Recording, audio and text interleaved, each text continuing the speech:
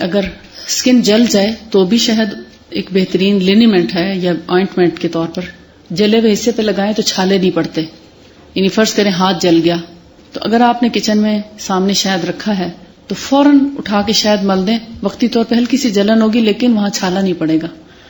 جسم کا کوئی حصہ جل جائے تو شہد لگائیں, فوری آرام دیتا ہے. اور اس کا سب سے بڑا فائدہ یہ ہے کہ اس جلے ہوئے کا نشان بھی نہیں ہوتا, اسکن پہ نشان نہیں چھوڑتا. سب سے پیاری بات یہ ہے جتنی بھی اسکن جل جائے یہ نشان نہیں چھوڑتا اور اسکن کو ہیل کرنے میں ہیلپ کرتا. اور اس کا فائدہ کیا ہے کہ جب اسکن جل جاتی ہے یا اتر جاتی ہے تو سب سے زیادہ خطرہ انفیکشن کا ہوتا ہے نا. کسی بیکٹیریا کو, کسی جراثیم کو اسکن تک آنے نہیں دیتا اور جلد کی بہت اچھی حفاظت کرتا ہے.